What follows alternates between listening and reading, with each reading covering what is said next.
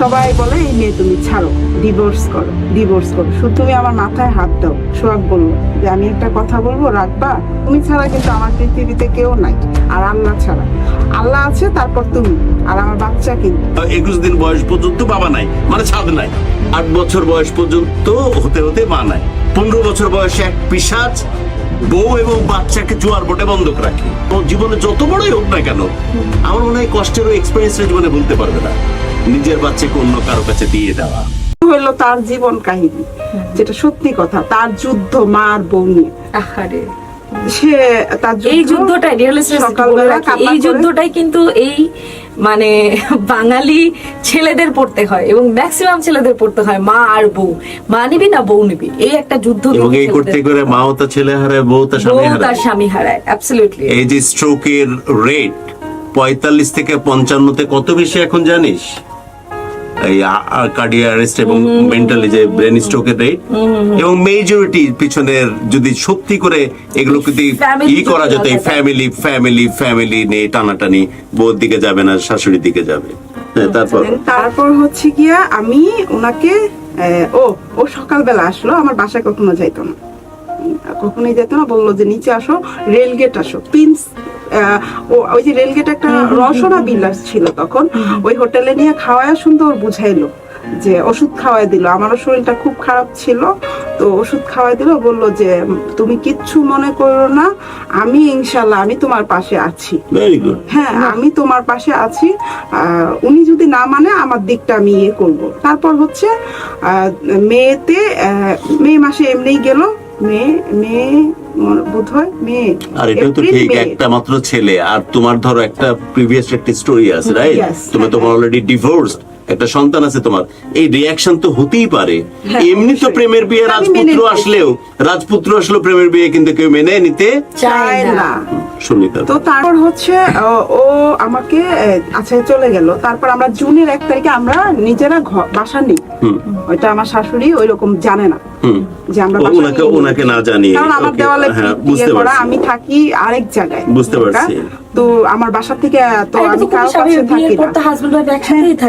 হ্যাঁ, বাসাতে আমি আমার কেউ নাই ঢাকাতে। তো তারপর সেই ক্ষেত্রে আমি বাসা নিই। আচ্ছা, বাসা নেওয়ার পরে শুরু হয়ে গেল আমার আরেক প্রকার যুদ্ধ। সকালবেলা উঠেই দেখতাম সোহাগ নাই ঘরে। সোহাগ কই চলে গেছে? সোহাগ মার বাসায়। হ্যাঁ, ব্যালেন্স করতে হয় একটা সন্ধ্যা, কি করবে বেচারা। হ্যাঁ, রাত্রে 11টার দিকে আসে, সকাল 8টার দিকে সে চলে যায়। সোহাগ তুমি কোথায় যাও? ভাবলাম সোহাগ কি দ্বিতীয় বিয়ে করলো নাকি? তোমার কি পরে লাস্টে এরকম? ভালো ছেলে হওয়া বড় দোষের রে বেটা, খুব দোষের। পরে আমাকে অনেক মারধর করতো।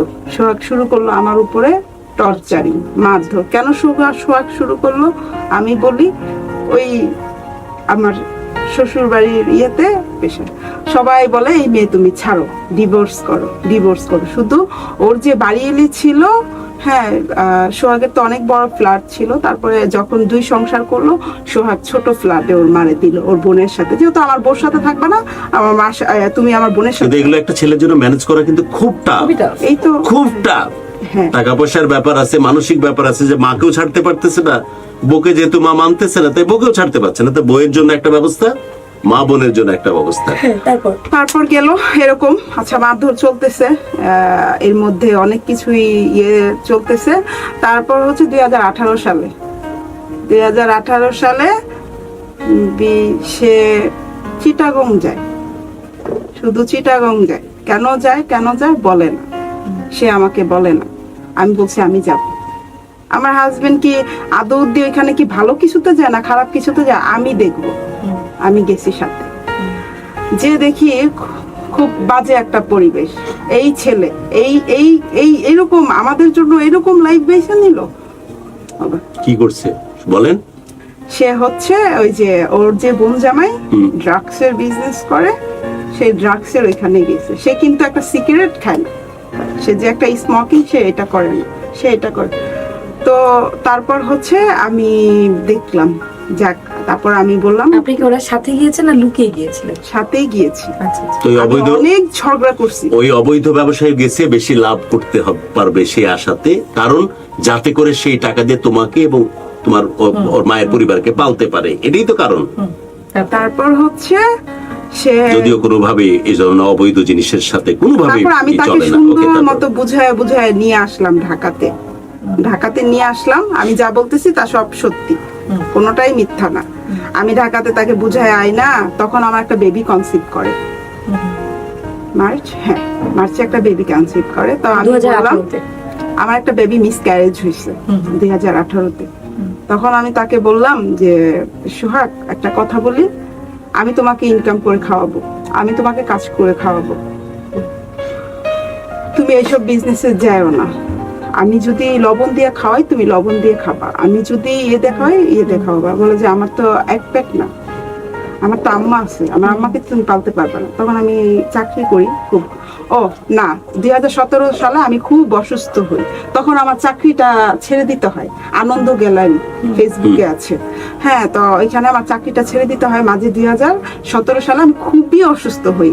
সেই ক্ষেত্রে সোহাগের কিন্তু সোহাগের ব্যবসাও খারাপ, আর্ন করার কোনো রাস্তা নাই।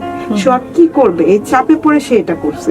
হ্যাঁ, যায় তখন ওর বোন জামাই সব ডিটেলস আমি বাসায় আসতে পরে শুনছি যে এই ব্যবসাতে তুমি কিভাবে গেলা। তারপর আচ্ছা যাই হোক, তারপর সে কি করলো, পরে আমি বললাম তো, তারপর আমার বেবি কনসিভ করছে শুনছে, এখন তার দায়িত্ব আরো বাড়ছে। বলে যে না, বেবিটা আমরা নষ্ট করব না, বেবিটা থাক, এই বেবিটার উছিলায় অনেক কিছু হইতে পারে। ঠিক মার্চের 23 তারিখে মার্চের 22 তারিখে সে বাসায় আসছে। আমি বললাম সোহাগ কি খাইছো দুপুরে? কিচ্ছু খাইনি। তুমি আমার মাথায় হাত দাও। সোহাগ বললো যে আমি একটা কথা বলবো, রাখবা? আমি বললাম কি? বলে না, বলবা না। আমি বলি কি? বলে আমি আজকে একটু চিটাগং যাবো। কিসের জন্য যাবো? পাসপোর্টের জন্য। ওইটা বলে নাই। আর ঠিক আছে, তুমি যদি এই ব্যবসার জন্য যাও দেন ঠিক আছে, তো নিশ্চয়ই ওর ব্যবসা চালু হচ্ছে আস্তে আস্তে, আমার কিন্তু দিতে হবে। ওই দিন আমাকে জানায় নাই, কারণ আমি প্রেগনেন্ট, আমি অসুস্থ হয়ে যাব। তো সেই জায়গা থেকে আমি বলছি আচ্ছা ওকে ঠিক আছে যাব। পরে আমি বললাম এমন কোনো কিছুতে যায়ও না, এখন কিন্তু আমি অসুস্থ, আর তুমি ছাড়া কিন্তু আমার পৃথিবীতে কেউ নাই, আর আল্লাহ ছাড়া। আল্লাহ আছে, তারপর তুমি, আর আমার বাচ্চা। কিন্তু ঠিক 23 তারিখে তার ফোন বন্ধ। গেছে কয় তারিখে? 22 তারিখে, 23 তারিখে দুপুর পর্যন্ত, আমি সকাল পর্যন্ত, কারণ সোহাগের আসার কথা সকাল 10টা বাজে, সোহাগ বাসায় আসতেছে না।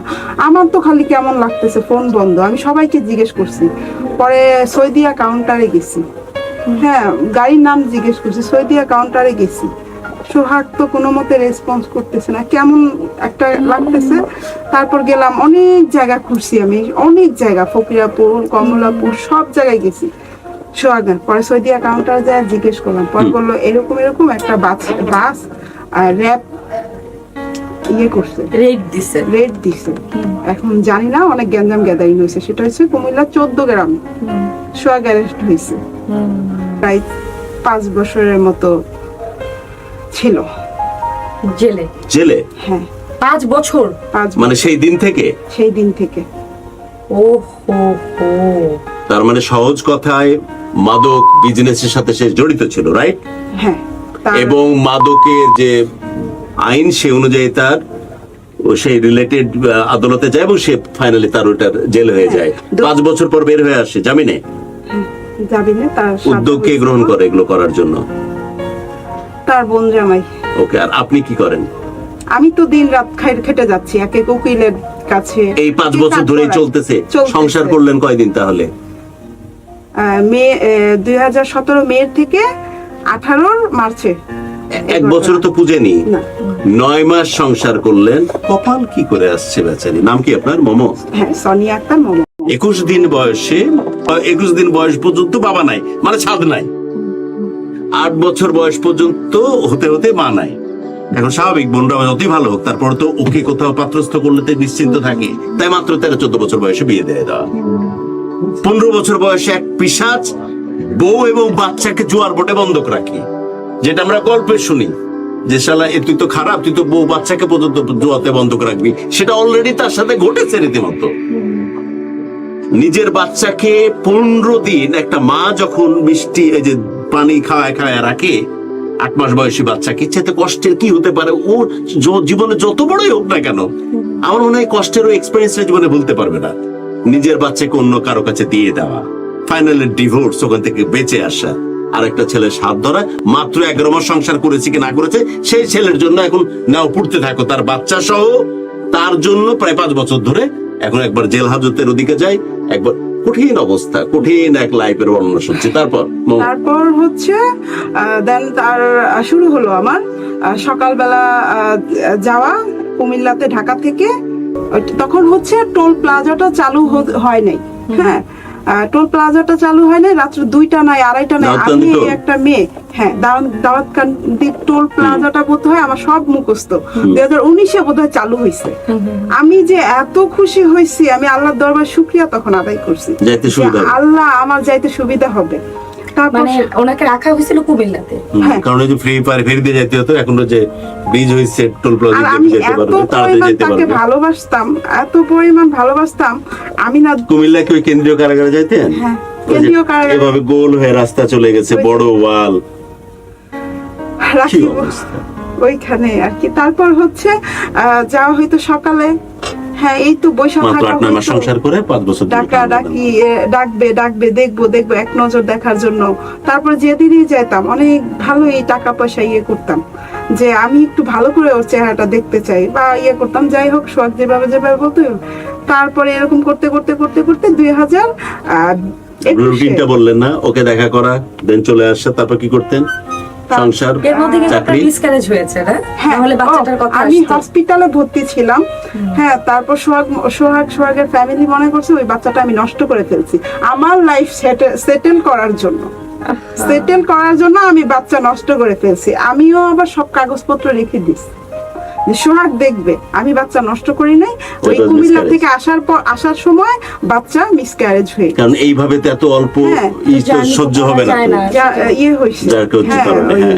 তখন আমার ভাড়া ছিল না, হ্যাঁ অনেক কষ্টে আমি লোকাল বাসে আসতাম, খুব কষ্ট হইতো, খুব পেটে বাচ্চা নেই। হ্যাঁ তারপর হচ্ছে তারপর 2019-এ এরকম 18-তে তো পুরাটা দৌড়াইছি, 19-এও দৌড়াইছি, ওর বোনের বাসায় উঠছি, আমার ননাসের বাসায়। আমার থাকার মতো জায়গা নেই, যেদিক যাই সে বলে এই ছেলের হাত ধরছো, এখন এটা করতে হচ্ছে, দেখো গা তোমার জামাই এটা করছে, এরকম বলতো। যাক গা, তারপর ওর বোনের বাসায় ছিলাম। ওর বোনের বাসায় থাকার পরে ওর বড় বোনটা অনেক ভালো, আমাকে অনেক আদর করছে, অনেক মায়া করছে, অনেক করছে। আমি কখনোই ওনাকে করবো না, ছোট বলবো না, উনি আমাকে অনেক করছে। তাই হোক বোনরা মিলিয়ে তারপরে ওর বোনের যে ছোট বোনের যে হাজবেন্ডটা, ওর থেকে টাকা চাইলে টাকা অনেক কষ্ট করে পাইতে হইতো, কারণ ফ্যামিলিতে টাকা দেওয়ার কেউ নাই। তারপর হচ্ছে নিয়ে যাইতাম। আচ্ছা যাই হোক, তারপর 2020 সালের ঘটনা, করোনা পড়লো আমাদের ফোনে। করোনা বোধহয় 2019-এ কততে পড়লো আমি যা ঠিক মার্চ দুজনের আদান প্রদান, চিঠি চলতেছে, তারপর হচ্ছে মোবাইলে চলতেছে, ফোন করতেছে। কি বলে যখন দেখা করতে যেতেন, কি কয় সোহাগ? তুমি তো চলে যাবে আমাকে রেখা, যাচ্ছেন না। 4 বছর পর কি বলতো যখন যাচ্ছেনই না? 5 বছর তো জেলে ছিল। 2021-এ যখন যাচ্ছি তখন কি বলে? তখন বলতেছে যে জানি না তার কি বলছে, সে বলে তুমি তো নতুন বয়ফ্রেন্ড পাইছো। আমার এত কষ্ট লাগছে, আমার মা বাবা তুলে গালি দিছে জেলখানায় সবার সামনে। এটা আসলে কি হয়, মানে একটা ইনফেরিয়রিটি কমপ্লেক্সে ভুগতে থাকে। আপনি বাইরে ঘুরতেছেন, ওই মানুষটা 4 দেয়ালের মাঝখানে, ও আপনার অবস্থাটা বুঝতেছেন, আর চারিপাশের গল্প শুনতেছে, আজ অমুকের বউ বিয়ে করে ফেললো তমুকের বউ অমুকের সাথে ধরা পড়ছে। কারণ যারা জেলখানাতে থাকে, যেসব মেয়েরা বা ছেলেরা, তাদের বেশিরভাগ গল্প কিন্তু বাইরে এরকম ঘটে, আবার সেই গল্পটা উঠে আসে ভিতরে। আর যেমনি একটা গল্প উঠে আসে, সে গল্পটা পানির মতো, কারেন্টের মতো চারিদিকে ছড়ায় পড়ে। তো যে কোনো মানুষের মধ্যে তখন সন্দেহটা আনাবদাটা খুব স্বাভাবিক। মাঝে আমার সাথে কিন্তু এটা কিন্তু দোষের না, ওর জায়গা থেকে। আমাকে কিন্তু আমাদের বাসায় আমার বোনদের সাথেও দেখা করতে দিতে চাইতো না, হ্যাঁ তবে আমার সেজো বোনও আমাকে অনেকদিন সাপোর্ট দিছে। আচ্ছা দেন ফাইনালি 5 বছর পর যখন মুক্তি পাইলো সেদিন, তারপর হচ্ছে ফাইনালি যখন 5 বছর পর, তারপর 21-এ এগুলা বলার পর আমি টোটালি 1.5 বছর ওর সাথে যোগাযোগ রাখি নাই, আমি সিম বন্ধ করে দিছি। আমি আর ছিলেন ওর বোনের বাসায় না, আচ্ছা। তারপর এসে পড়ছি, এসে আমি একটা ডে কেয়ারে জব নিয়েছি। ওকে। একটা ছোট বাচ্চা, ওর মা জব করতো, তো এখানে আমি চাকরি করছি। কারণ যেহেতু করোনা শেষ, এখন 3 পিসের দোকানে চাইলেই কাজ করা যাওয়া যাবে না, যাচ্ছে না। right. যাই হোক, এখন আমি যাব না, কারণ অনেক মানুষের সাথে কথা বলতে হবে, তার চেয়ে ভালো আমি একা থাকি একটা বাচ্চা নিয়ে, এটা ভালো হবে। বাচ্চাটার দেখাশোনা করছি। তারপর হচ্ছে দেন সে টোটালি যোগাযোগ বন্ধ করে দিছি।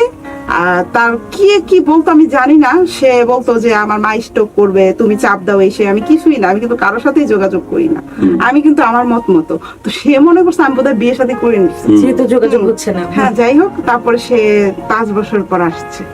সে নিজে সে আয়শা, না তার আম্মা ট্রাই করছে, তার আম্মা সে যে তার আসবে family- ওই তারিখটা কি আপনি জানতেন যে আজকে সে আসবে? জানতেন না। আচ্ছা, তারপর যখন তাকে প্রথম দেখলেন ওই আচমকা। experience কি? আচমকা। ও খুঁজে পাইলো কেমনে আপনার বাসা ঠিকানা? পাইনি। আমার মেসেঞ্জারে ওর একটা ফ্রেন্ডের ওয়াইফ অ্যাড ছিল, ওই ভাবি আমার সরল সোজা, তো তাকে আমি অনেক বিশ্বাস করতাম। তো বিশ্বাস করার পরে সে বলতেছে, ভাবি আজকে আমরা শুক্রবার কিছু হইলে আমার দাওয়াত দিত। আমি দিছি হচ্ছে করোনার 3য় ডোজ, আমি খুব অসুস্থ, জ্বর। শুক্রবার, ও আসছে বৃহস্পতিবার। হ্যাঁ, আমি আমার রাতে স্বপ্নে দেখছি বুধবার দিন আমার স্বপ্ন। সোহাগ আসবে, আমাকে টর্চারিং করবে, এগুলো মানে যার মাথায় আসলে যে হ্যাঁ স্বপ্নে দেখছি। আমার বান্ধবীর সাথে বলতেছে, আমার রুমমেট যে দেখ আসবে তো, টর্চার করুক আর যাই করুক, আসবে তো। আসবে।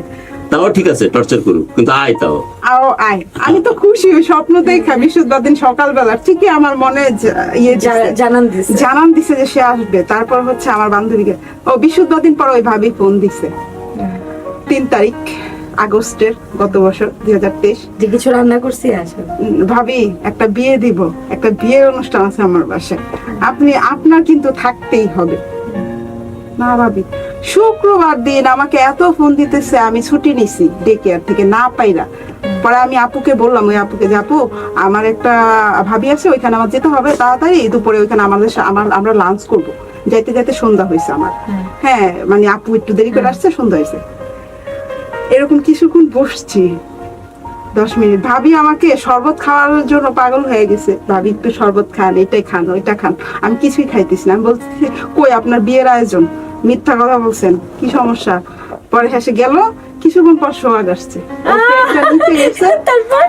সোহাগকে দেখে আমি তো অবাক। দেখি করলে আমি তো বলতেছি, আল্লাহ এটা কিভাবে সম্ভব, তুমি কোথা থেকে আসলা?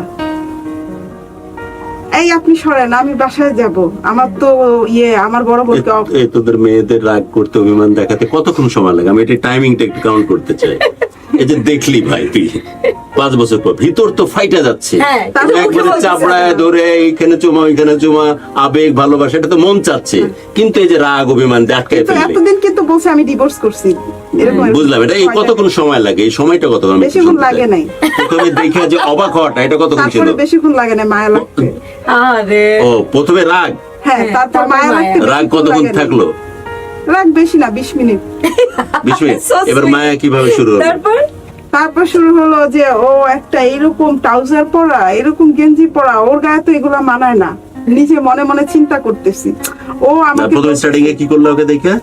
অবাক, হ্যাঁ, দিয়ে অবাক মানে হয়ে? আমি একটা থোক হয়ে গেছি। Okay. এই আপনি এখানে, হ্যাঁ। তুমি এখানে, তুমি কবে আসলা, তুমি কেন আসছো? আমি সরেন রাস্তা সরেন ভাবি। পরে বলতেছে আবার ওর ফ্রেন্ড বলতেছে, ভাবি এখানে বসেন, দুইটা কথা বলেন, আপনার কি সমস্যা? পরে বলে যে আমি এখানে আসছি, আমি ভাবছি দোষ আমার ফ্যামিলিরও আছে, দোষ তোমারও আছে, আমি তোমার মুখের থেকে কিছু শুনতে চাচ্ছি, আমার ফ্যামিলিটা শুনছি, এখন আমি তোমার মুখের থেকে শুনবো। তারপরে গেল। আচ্ছা, তারপর সে আমার গেটআপ দেখে বলতেছে, তুমি বোধহয় পুরাই চেঞ্জ হয়ে গেছো, নতুন কাউকে পাইছো? আমি কই না, পাইনি, ইচ্ছাও নাই আমার। যাই হোক, তারপর হচ্ছে ভাবি বিরিয়ানি রান্না করছে। পরে ও টেবিলে বিরিয়ানি নিছে, বলে কি আমি তোমাকে একটু বিরিয়ানি খাওয়াই দিব। আমি বলছি না, আমার হাত আছে, আমি খেতে পারি। কয় দেখে তো মনে হচ্ছে সারাদিন কিছু খাও নাই। আমি বলছি না। এই কথাটা বলার সাথে সাথে গলে গেছেন না? সত্যি করে বলেন, আমি তো জানি। তোরা মেয়েরা কেয়ারিংনেস খুব পছন্দ করে। এই তো 20 মিনিট দুনিয়াতে কিসের যুগে যুগে কালে কালে যত সব মানে ফ্রড ছেলেগুলা আছে, এরা মেয়েদেরকে পটাই এই কেয়ারটা দেয়। আচ্ছা ফ্রড বাদ দে। এই আমি আসলে জীবনে একটা মাত্র ছেলে আপনাকে দেখলাম যে কেয়ারিং কিন্তু ফ্রড না। And আমি জানি না, আমার সাথে তো আর কিছু সাথে তো সাথে খারাপ।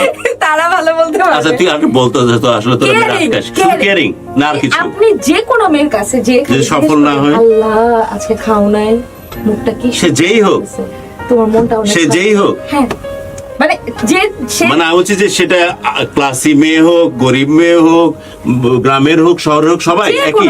যে কোনো মেয়ে মেয়েদের তাই? রুট একটাই, Caringness। কেয়ার। যদি সফল না হয় সেই পুরুষ, তখন তো তোরা আবার অবশ্যই সফল হবে, এটা আমি পাশায় লাথি guarantee দিয়ে বলতে পাশায় পারি। লাথি দিয়ে বাইরে করে। মেয়েদের স্বভাব আরেকটা আছে, মুখে মুখে বলবে ইস এত কেয়ার করে, এত ফোন দেয়, ইস ভালো লাগে না, এতবার ফোন দেয়, কি আছে ওরকম ফোন আমার দেয়, বাবা যেরকম, বলছে, এত কেন ফোন দিবে? এত কেন ফোন দেয়? বারবার ফোন দেয়, ভালো লাগে না, উফ জানো ওনা আমাকে অনেকবার ফোন দেয়, উফ আমি কি খেয়েছি কিনা জিজ্ঞেস করার কি দরকার?